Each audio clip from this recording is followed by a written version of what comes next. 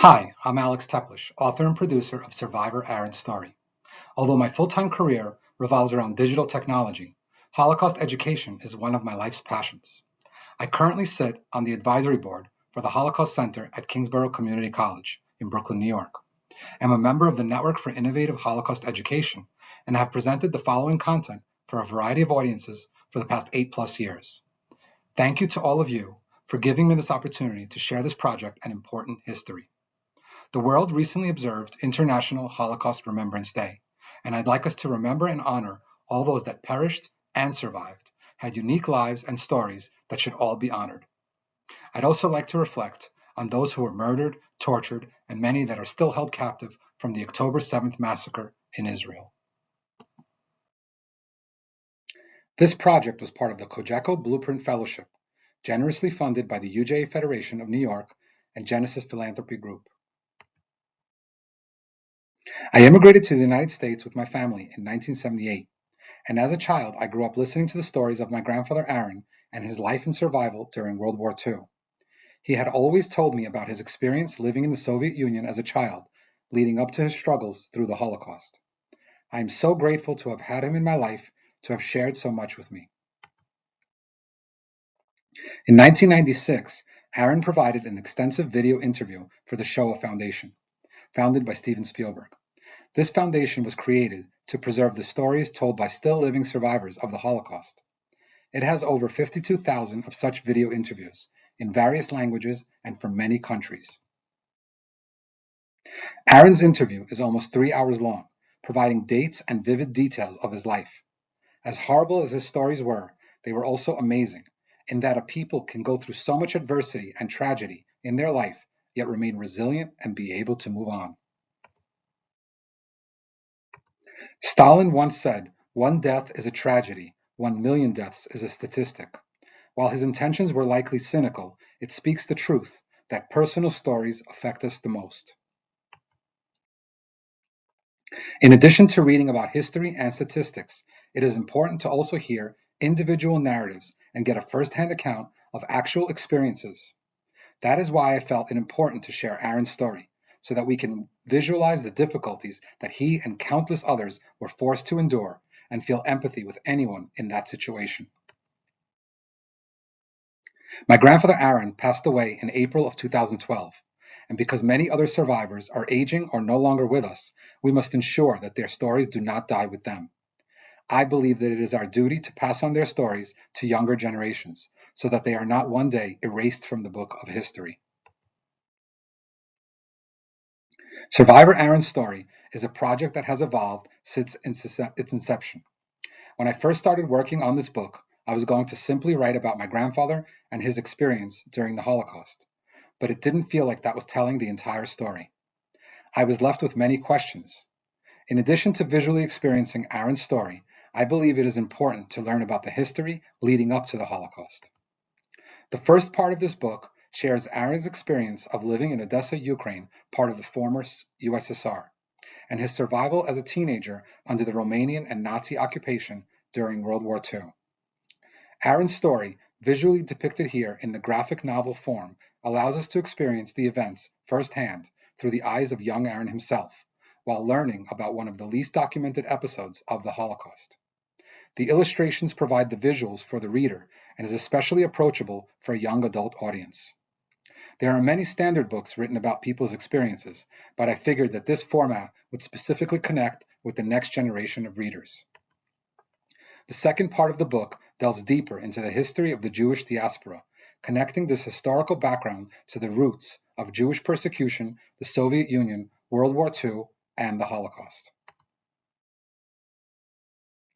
Aside from Aron's story, I will also briefly review the historical components that I identified and researched for this book. I felt that these were the historical puzzle pieces that eventually led to the Holocaust. In the book, I have provided summaries on these topics, details that I felt were relevant. There is a wealth of deeper information on these subjects that I highly encourage everyone to explore. We will also watch short video clips of Aron's testimony to the Shoah Foundation, along with art from the book. The Jewish diaspora answers the question on how Jewish people became spread throughout the world. This goes back to 70 AD, when the Roman Empire gained strength, conquering the Judeans and destroyed the Second Temple.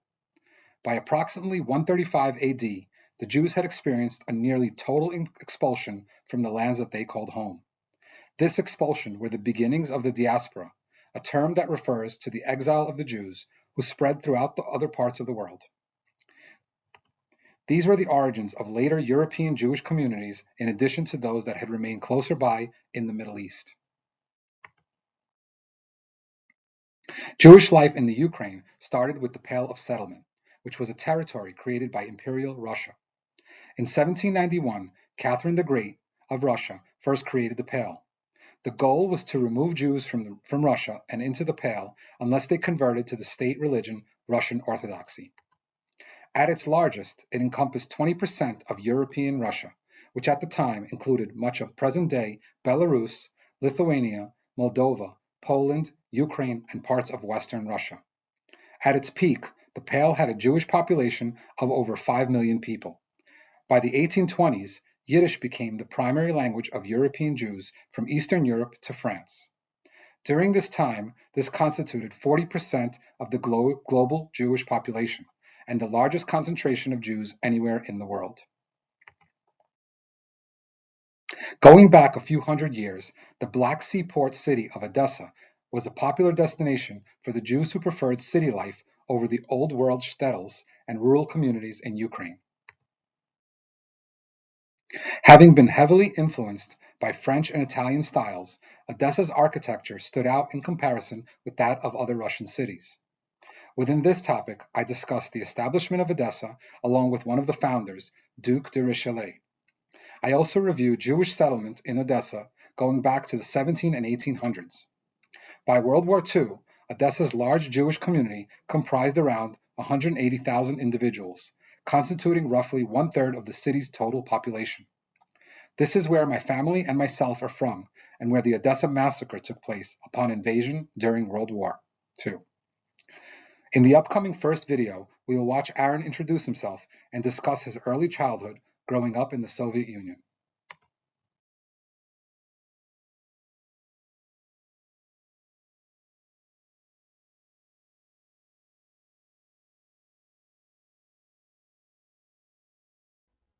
Я, Арон Рабинович, родился в 1928 году, 7 ноября, в городе Одессе. Родился я в рабочей семье. У нас было 4 детей. Папа работал, мама работала. Воспитались в семье, как в обычных семьях, воспитывая детей. Ходил в школу. Гулял, играл на улице, все мои дела. Мы жили очень скромно, бедно, можно сказать, потому что ту зарплату, которую папа получал, нам не хватало на жизнь. Мама приходилось подрабатывать. Так жили. Голодать мы не голодали, но в роскоши мы не были. Мама у нас была, как мама, все мамы, хорошие мамы. Замечательная хозяйка, чистеха такая, понимаете, соблюдала чистоту. И ей было нелегко, у нас было 4 детей. И вместе с тем она справлялась со всеми своими обязанностями мамы и жены, как говорится. Я был самый младший, да. Я помню, что мама меня очень любила. Обычно самого маленького больше любит. Как раз в семье у нас была такая атмосфера, дружная атмосфера. И отмечали мы в основном только советские праздники. Но вместе с тем ходили чисто так на все праздники, на 1 мая. Обычно мать покупала там что-то такое свежее, красивое, чтобы выглядели как все советские дети. Мы ходили, смотрели, ходили, на парад ходили, вот такое вот. Как все дети. У нас и были разные, русские, украинцы, и мы не придавали этому значения. Мы не знали, что такое русский, что такое украинец. Нам было безразлично, мы даже не понимали, что какая разница между русским и украинцем. Жили дружно.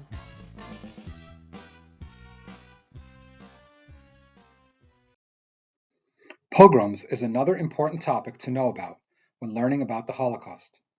These events were precursors to the Holocaust and go back far into history, making abuse of Jewish people commonplace among the masses. Pogrom stems from the Russian verb gramit, which means to destroy or demolish violently. In particular, it mostly referred to widespread anti-Semitic riots in the Russian Empire, with a large concentration occurring in the Pale of Settlement. The struggle against the random attacks led many to adopt the ideas of the communists and eventually participate in the Bolshevik Revolution, as these ideals espoused equality for all people. In this section of the book, I also describe Kristallnacht, known as the Night of Broken Glass. The name refers to the wave of violent anti-Jewish pogroms which took place in 1938 throughout Germany and its occupied territories. What started off as a massive pogrom, like so many others throughout history, led to one of the most historically tragic crimes against Jews and humanity. A seizure of power from the Tsar had taken place during the Bolshevik Revolution in 1917. Following the Russian Civil War, the Soviet Union was formed in 1922. Although there were many Jews involved in this movement, they were still a small percentage of the overall members. That didn't stop outsiders from calling the Bolshevik Revolution a Jewish-led conspiracy. Between 1936 and 1940, during the Great Purge, Joseph Stalin had eliminated Jews from senior party, government, diplomatic, security, and military positions. When Joseph Stalin had assumed power in the Soviet Union in the mid-1920s, he began to rule with an iron fist. Within this topic in the book, we review the Gulag system of hard labor re-education camps, as well as Holodomor, which was a man-made famine in the Ukraine in 1932 and 1933. Although most people were not aware of it at the time, it was caused by Stalin's forced collectivization of agriculture. Within the Ukrainian SSR, an estimated 2.5 to 7.5 million citizens, mostly ethnic Ukrainians and German colonists, died of starvation in this peacetime disaster. Stalin's reputation for brutality eventually contributed to the Nazi Party's justification for invasion. The Nazis successfully recruited locals, such as Ukrainians, to support their side with anti-Stalin and anti-communist propaganda. In the upcoming video, Aron discusses his family life living under Stalin, including the propaganda surrounding their experience.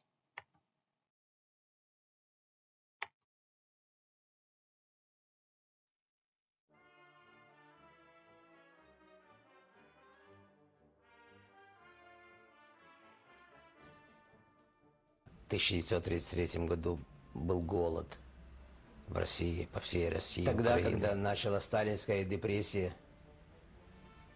так тоже в основном все люди, может быть, старшего возраста люди, мы об этом не особое значение не придавали мы этому. Мы не могли различить, кто прав и кто виноват. Или вообще это сталинская депрессия, или это что-то происходит другое в стране.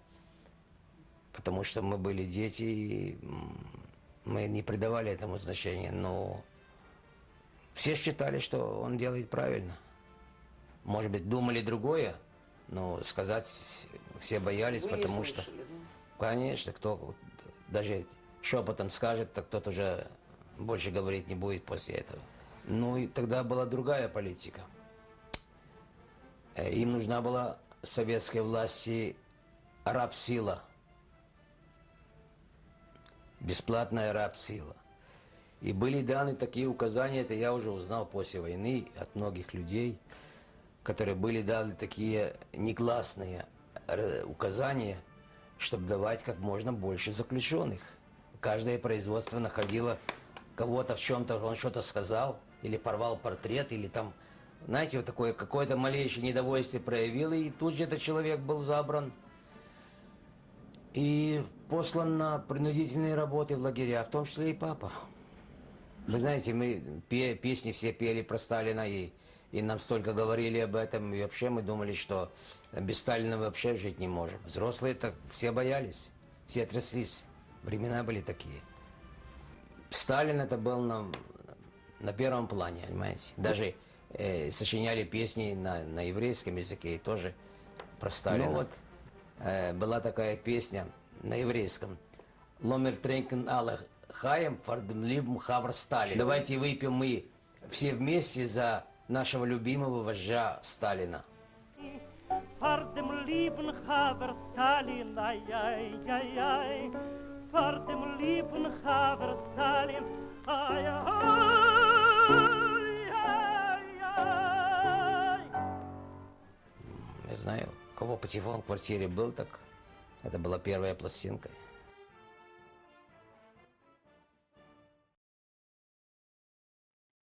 Aside from understanding the Soviet Union, it is also important to explain the ideology of the Nazis, with eugenics at its basis. The concept of eugenics was that a master race had evolved and should be bred to be superior to the other inferior races of the world. The modern interpretation of eugenics was based on an idea of hierarchy of races judged by the darkness of skin color and human skull dimensions. The Nazis included the practice of eugenics as part of their mainstream society, calling it racial hygiene. Sterilization and euthanasia programs were also used to eliminate those deemed unworthy of life or reproduction. By the 1930s, both educational and storybooks for children in Germany taught their readers about the Aryans, the master race, further conditioning the youth to accept the horrors that were in practice and those that were yet to come. Biased, misleading, and often deceptive information used to promote a particular political cause or point of view, influencing specific populations, has been used by many governments throughout history. The Soviet regime under Stalin, and especially Nazi Germany under Hitler, are famous for their use of this powerful tool. The methods of delivery of propaganda have been literary works, state-run newspapers, flyers, leaflets, negative caricatures, radio, and later movies and television. Anti-Semitic propaganda dates back even further in history, with one of the most famous works being the Protocols of the Elders of Zion. This was an anti-Semitic hoax describing a Jewish plan for global domination, first published in Russia in 1903.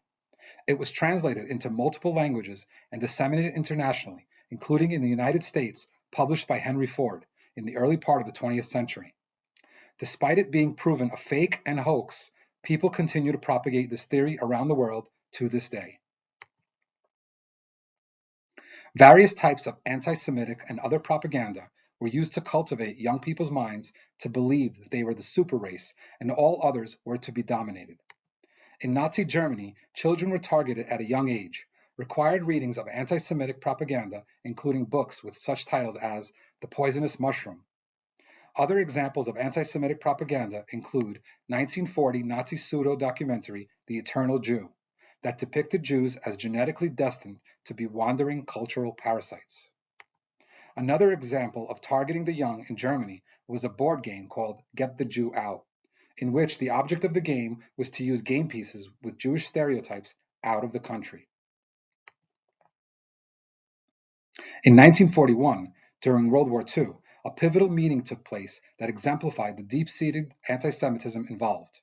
The former Mufti of Jerusalem, Hajj Amin al-Husseini, an Arab nationalist and prominent Muslim religious leader, met with Adolf Hitler and other Nazi leaders. This meeting was a shocking alliance of two figures who shared deeply anti-Semitic ideals. Some German historians say that Hitler had a plan to extend the Holocaust to the Middle East and had forged an alliance with Arab nationalists. This is perhaps why Hitler met with the Mufti and provided him a budget of 750,000 Reichsmarks per month to foment a jihad in Palestine. It's here that the baton of hatred was passed from the Nazis to certain factions of extremists, still being propagated to this day through the education and brainwashing of their descendants. During World War II, invading a country, the Nazis distributed anti-Semitic propaganda in the form of leaflets of various languages containing negative caricatures, stereotypes, and claims that the Jews were spreading disease and were out to take advantage of the people of these countries. A common element of racial propaganda, not only limited to the Nazis, is depicting its target as insects, vermin, or less than fully evolved humans. I'd like to take a moment to pause in this historical narrative and remind people that the propaganda didn't cease. Instead, it has evolved into modern forms like memes, videos, social media posts, fake news, and much more. It's crucial to be vigilant, triple check our sources, and avoid blindly sharing and propagating such misinformation, not just against Jews, but any other group of people. World War I, also known as the Great War, was supposed to be the war that ended all wars. Afterwards, many Germans felt unfairly punished. This, along with the economic depression, eventually gave rise to the influence of the Nazi Party, with Adolf Hitler as its leader. Taking advantage of the dire situation, in his first political speech, Hitler promised the citizens a better life. Initially, in the 1924 elections, the Nazis had obtained only 3% of the popular vote, but gradually gained strength. By using propaganda, spending a great deal of money on newspapers, leaflets, and poster campaigns, the Nazi Party began to increase its appeal. Unfortunately, instead of World War I being a war that ended all wars, it actually directly influenced World War II. Hitler wanted to dominate all of Europe, starting with Poland. With Nazi Germany now gaining strength and new territories, it had set its sights on conquering the Soviet Union, despite the German-Russian non-aggression pact signed in August of 1939. Their newest plan, codenamed Operation Barbarossa, was the invasion of the Soviet Union. Hitler's own manifesto, Mein Kampf, had clearly stated that his goal was to invade and conquer the Soviet Union, and that he considered Bolshevism to be the tool of the Jewish people to control the Russian population. In addition to his hatred for the Jews, he also considered the majority of Russians and other Slavic people to be subhuman. His intended goal was to kill, deport, or enslave them, clearing the lands for living space to be repopulated by the Germanic race. At the time, General Antonescu of Romania thought Germany to be a strategic partner, hoping that this alliance would eventually win back the territories taken over by the Soviets. From 1940 to 1944, Romania had become an ally of Nazi Germany and shared its anti-Semitic agenda.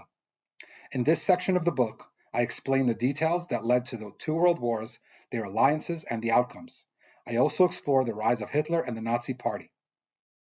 In the upcoming video, Aron shares memories from the onset of the war, delving into his unique experiences in Odessa.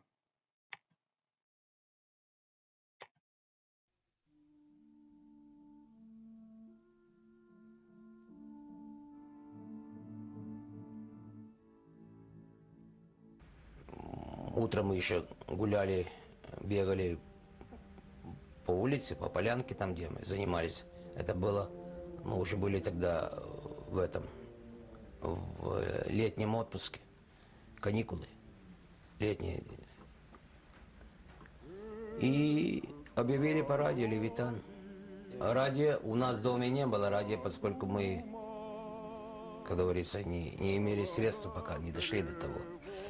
Но в нашем доме было очень много радиоприемников людей, и на улицах были эти самые радиоприемники, такие говорители. Объявляли по всем радио, по всем точкам.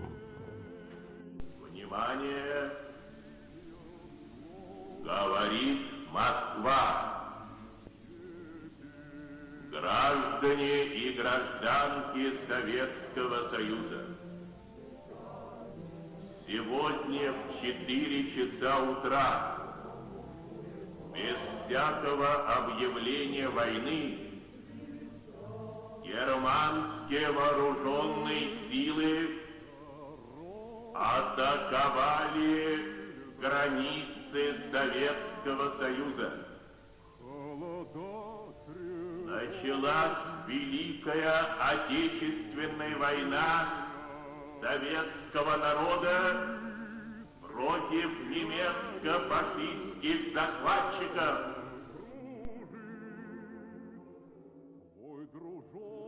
Целый день повторялось. Собирались люди, толпы людей, отдельные группы людей, и каждый высказывал свое мнение по-разному. Говорили, что война – это пагубное дело, и хорошо нам не будет от войны. Так оно и было. В первую очередь война коснулась евреев. Папа вынес решение, что эвакуироваться мы не будем. Когда румыны начали приближаться, и немцы к Одессе, и окружили Одессу, и все начали эвакуироваться, большинство людей. Так папа сказал, что он не хочет ехать. И я еще с одним мальчиком моего возраста, мы пошли в порт. посмотреть там что. Кто-то нам что-то сказал, что там сабли, пистолеты вот такое валяются. И действительно, когда мы пришли, я помню, как лежали эти пулеметы, и гранаты, и кучи прямо, и винтовки, и танки стояли. Уже не было никого. Кружил немецкий самолет двухкрыльный, который его никто не трогал, все время над городом. Все, мы уже знали, что скоро начнутся наши муки. И вот я шел, посмотрел, даже еще взял лошадей оттуда, не упряженных, которые, если бы я их не вывел, так они бы сгорели бы там, потому что все это то, что немцы, русские оставили в Красной армии, в основном все они поджигали там. Чтобы преступление это не попало в руки врагу, так они и уничтожали, даже и лошадей. Кто-то что-то сказал, что румыны идут. Я пошел посмотреть, просто как мальчик, мне было интересно. Ну, я увидел, что идет локотенент по званию капитан румынский, шел спереди. Шли уверенно, так, четким шагом, как победители.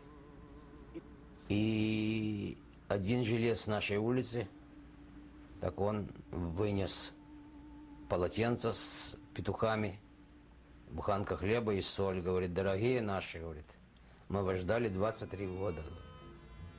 А потом появились, через день-два появились немцы. Они ходили по городу. Они считали себя на 10 голов выше румынов. Понимаете? While the rest of the world called it World War II, the Soviets had their own additional name, the Great Patriotic War. In July of 1942, one of the deadliest battles ensued between the Nazis and the Soviets, called the Battle of Stalingrad, lasting almost 7 months. Most historians consider it the greatest battle of the war between these nations and was the turning point for the Nazis' Eastern Front. The Soviets had encircled and defeated an entire German army, preventing the Nazis from making the strategic move deeper into Soviet territory. Although it was successful in changing the course of the war, it was also the bloodiest battle, with almost 2 million Russian military and civilian casualties. By 1945, once the German forces were completely out of Soviet territory, the Soviet armies were able to pursue them across Eastern Europe and into Germany itself.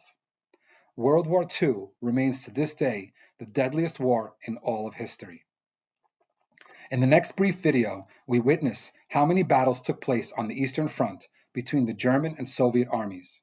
We can also see how deadly they were as the Soviets pushed the Germans back to their own territory. As you watch the timeline, keep in mind that the larger the circle, the deadlier that particular battle. It's important to note that this video does not portray all the battles fought by the Allies and Axis powers in various other regions.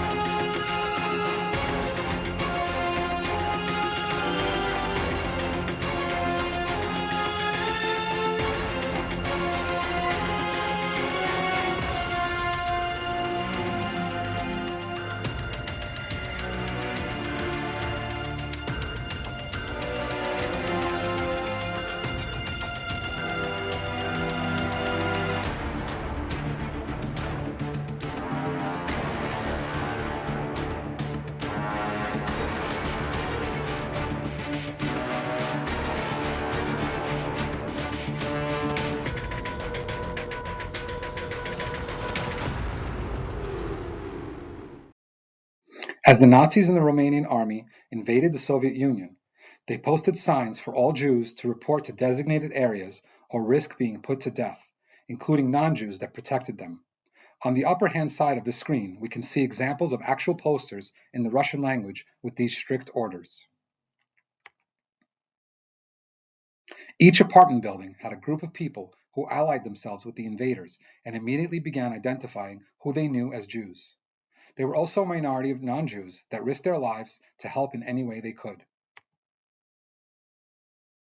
And so, in Odessa, the Romanian army began to assemble many Jews in the first few days. Everyone in the Soviet Union was required to present their internal passport, specifying their nationality of origin, which included Russian, Ukrainian, Greek, Jew, and others. Their nationality persisted regardless of the number of generations that had already lived in the region. Approximately 30,000 people were killed in the first few days, known as the Odessa massacre, with many left hanging in the streets as a grim display. The term Holocaust, from the Greek words holos and kosto, meaning whole and burned, were originally used as a term for burned offerings.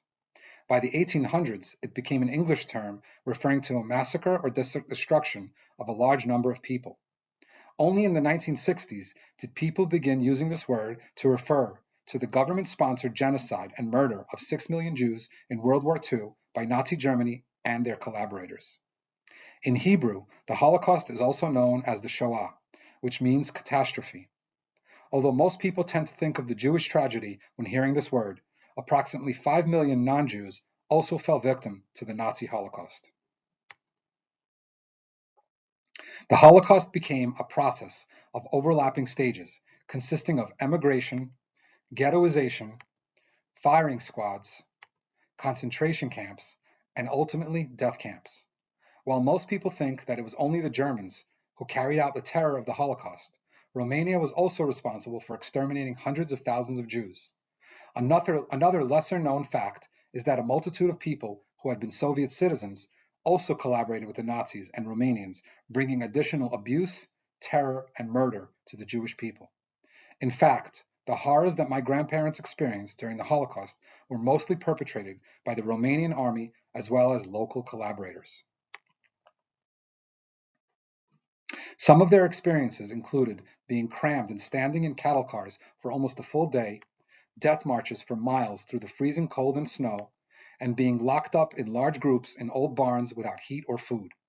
In this section of the book, I explore the various facets of the Holocaust and delve deeper into the subject. In the upcoming video, Aron shares some of his personal and tragic experiences from the Holocaust.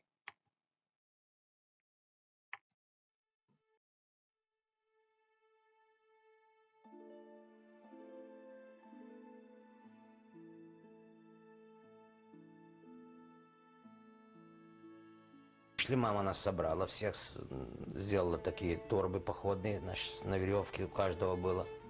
И у меня, и у брата, и все. И кое-что спекла, там картошку сварила. Мы пошли поменяли. Брат мой пошел на базар, поменял вещи на картошку, там на муку такую вот. И вышли мы.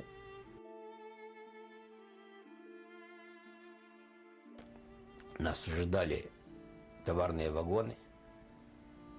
На окнах решетки, вокруг жандармы стоят.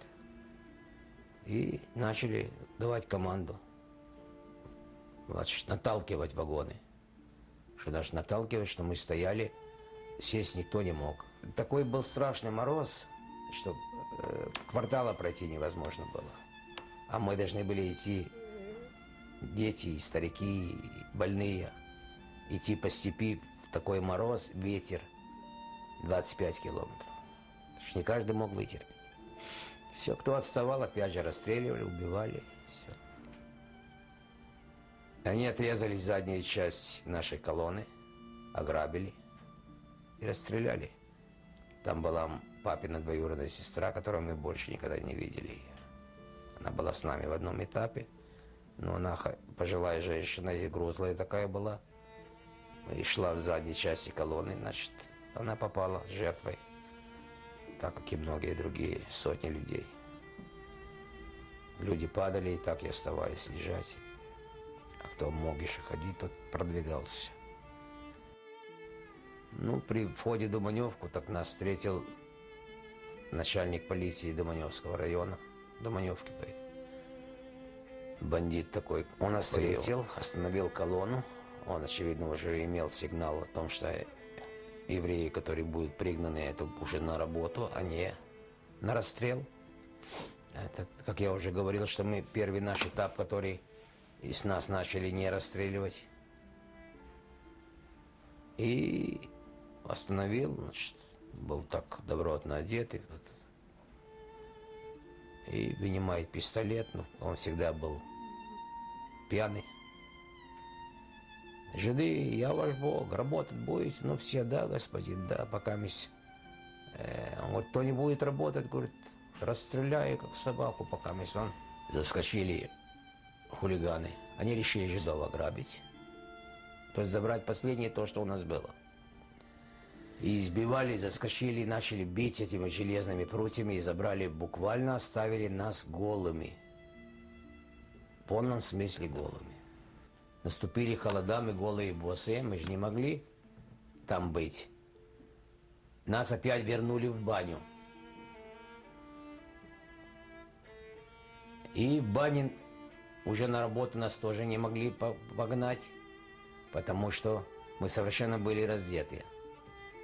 Нам завезли горбу, это горбу соломы, как для свиней. И каждый имел свой участок, опять же, занял там, где он был. Раньше лежал до того, что нас выгнали оттуда. И закрыли на замок. И еду почти не давали. Мы не работали, не кормили. Мы были все настолько несчастные, грязные, вшивые. Ну, и именно в тот период, в ту зиму, в эту холодную и голодную зиму, умерли все пожилые люди. Всеми болели. У каждого из нас была чесотка, экзема. Тиф мы перенесли, ослабленные. Понимаете? Ну, мы молодые ели, а родители не могли этого кушать, папа в особенности, и десятки других людей. Я всех помню по именам, и сейчас представляю их внешний вид. Вот ту зиму умерли и мои родители от голода.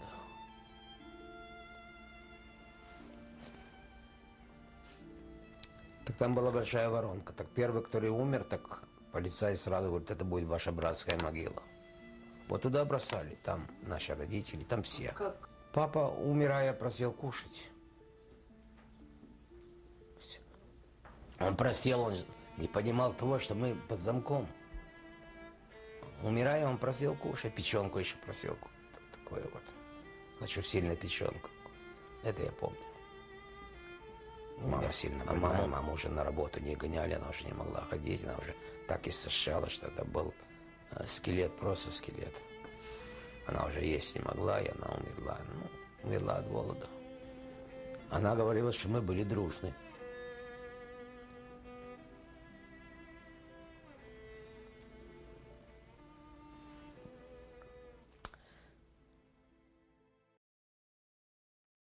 While images of the Holocaust tend to depict the Jews as submissive or pure victims, there are numerous instances of those who fought back. During World War II, 500,000 Jewish men and women served in the Soviet Army, 550,000 in the United States Armed Forces, 100,000 in the Polish military, 30,000 in the British Army, and hundreds of thousands more in other Allied forces. I had the opportunity to attend the 70th anniversary of Victory Day, in which many Jewish veterans of the former Soviet Union came out to celebrate. Most of these brave men and women are now in their 90s or older. Aside from over 1 million Jews who fought for the military, there was also a large Jewish partisan movement in the Soviet Union. Dating back to at least the 17th century, the Odessa catacombs, carved out during the city's construction centuries ago, served as a unique hiding place for the Soviet partisans. The total distance of this underground labyrinth is longer than that from Odessa to Paris, making it the largest catacomb system in the world.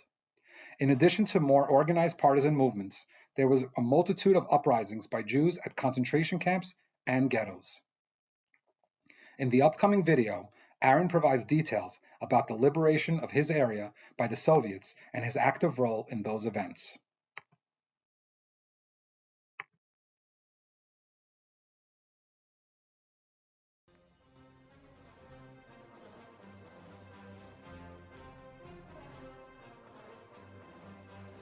Мы знали, что вот город такой-то взяли, вот Сталинградская битва, все это. Кое-что до нас доходило, понимаете? То были румыны хозяева, а то их вообще не стало, они уехали в Румынию. Их отозвали и оставили нашу территорию вместе с нами, со всеми, за месяцев 5 до того, что освободили нас. То есть мы перешли к немцам. Сегодня одна дивизия была у нас в армии после боев. Их там переодевали и кормили. Они уехали, скот без конца гнали. И танки шли, орудия. Они только уничтожали, чтобы не осталось там больницы, там маслобойки, вот это железные дороги. Вот все это, солома, сено, все это. Скот расстреливали. Они даже и не думали о том, что могли остаться живым евреи там. Конечно бы нас бы уничтожили даже. Они даже не представляли, что может остаться еврей. Они понятия не имели. Так мы увидели, что движется колонна, не колонна, а люди. Мы увидели, что не немцы. Так там была одна женщина среди них, лейтенант. И она нас увидела, мы единственные, которые мы с ней встретились при входе в это село. Она говорит: ребята, немцы есть в селе? А мы еще видели, когда мы уезжали, колонна выезжала. Она говорит: вы можете показать? Конечно. И мы пошли показывать, куда пошли, в какое направление, по какой дороге пошла эта колонна. Как мы только начали спускаться вниз, эти автоматчики их увидели, они кубарем скатились. Те скатились буквально вот таким образом, нам кричат: ложись. Мы легли и начали стрелять по этой колонне. А те, кого убили, кого ранили, лошадей, знаете, вот такая паника началась там, нам это все видно. Те разбежались, кто и были не убитые, не раненые, как говорится. И их они не видели, но видели-то они нас вдвоем. Мы лежали и начали стрелять, и пули прямо вот чудом. Нас освободили 28 марта. А Одессу освободили 10 апреля, это еще взяло время. Так мне пришлось дать показания, привели всех наших, и нас мобилизовали ребят, которым было 16 лет и до 16, пару месяцев. Нас вызвали в военкомат. Не только еврейское, евреев там вообще мало было. Я был и еще был, мои два товарища там были. А всех местных жителей, украинцев, мобилизовали в армии.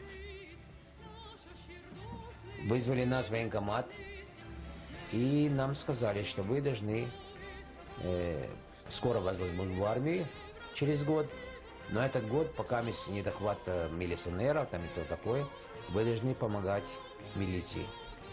Стоял, охранял с винтовкой, которая была выше меня в 2 раза. Стоял, охранял своих полицаев. Я их выводил. И они меня видели, я их видел. И я давал показания, какие зверства они чиняли против нас. A question I myself have asked throughout my life has been, why the Jews? The ones who have pointed their finger of hatred at the Jews have used various lines of reasoning. In this topic of the book, I review various concepts, such as the claim of being the chosen people, deicide, which is the blame placed on Jewish people for the death of Jesus, cultural differences and assimilation, Jews as a separate race, economic factors, as well as using Jews as scapegoats for a population's troubles. In my opinion, the real reason, one of moral ideologies, is what separated Hitler and the Nazi belief from the Jewish people. Finally, there is also the subject of crimes against humanity, which discusses the outcomes of World War II, how it affected world policy, global organizations that were formed, as well as other genocides that have occurred since the war. From the years following the Holocaust to present day, there have been numerous documented large-scale crimes against humanity. Anywhere from tens of thousands to millions of people have been persecuted and killed in systematic ways, similar to the crimes against Jews during the Holocaust. The persecution has varied from country to country based on race, religious, spiritual affiliations, political affiliation, and ethnicity, but all of these instances have had many similar components. By recognizing these components, supporting international cooperation to prevent them, and keeping an open dialogue amongst nations as well as neighbors, it is possible to one day make such crimes a thing of the past. Some of the goals of this project are to educate and also promote unity and empathy, especially to the younger generation.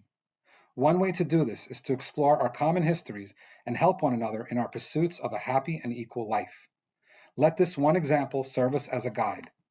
Rabbi Leon Jick, who was deeply involved in civil rights activism alongside Dr. Martin Luther King Jr., was arrested in 1964 with several other rabbis for their protests during this movement. In a group letter from their jail cell, they referenced the atrocities during the Holocaust as one of their inspirations. The words "never again" must be applied to the whole world, and we must all be stewards of this mission. It is time that the future of humanity be placed into the hands of the peaceful citizens of all nations.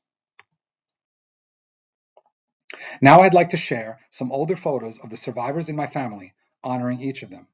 They have all been included in this book and were still children and teenagers at the time of the war.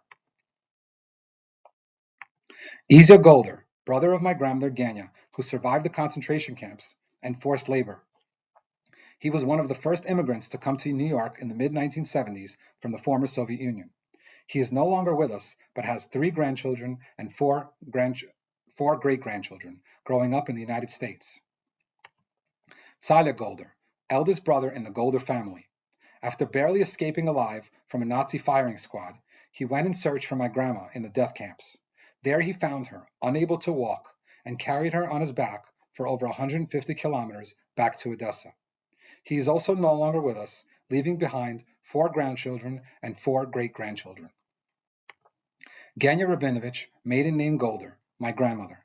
She was the only surviving daughter of 𝗧ciля and Benjamin, having experienced 2 of her youngest sisters, one a little girl and the other a newborn baby, perish from starvation in the camps. We immigrated to the United States together, and she is thankfully still a big part of my family's life. She has 4 grandchildren and 7 great-grandchildren. Zina Rabinovich, the eldest sister of Aron, surviving the concentration and labor camps, and helped get Aron and their brother 𝗧cie to a Jewish orphanage in the final year of the war. She eventually immigrated to Germany and passed away at the age of 90, having a granddaughter and 3 great-grandchildren. Misha Rabinovich, eldest brother of Aron, surviving the camps and finally being taken to work on a bridge for the Nazis. At completion of his work, him and 𝗧ciля were lined up in front of a firing squad and shot at.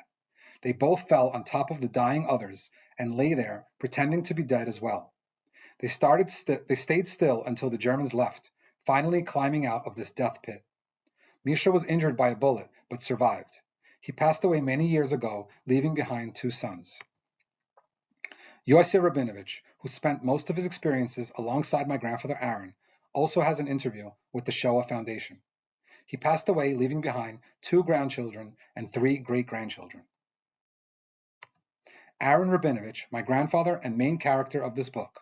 Along with his sister and brothers, they lost their parents to starvation in the camps. Although he didn't achieve a high-ranked career, he was an inspiration to me.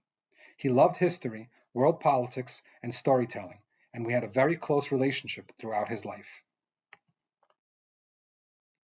And last but not least, my great-grandmother, 𝗧ciля𝗃𝗀𝗀. After the war, she reunited with her 3 children and also took in Aron and his siblings until they were able to be on their own.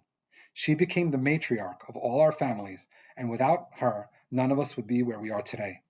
She also immigrated to the United States with us in 1978 and helped care for me until the age of 6, which memories I still treasure. She would now have 6 grandchildren, 11 great-grandchildren, and 16 great-great-grandchildren. Aron completed his interview with the following wishes for us all.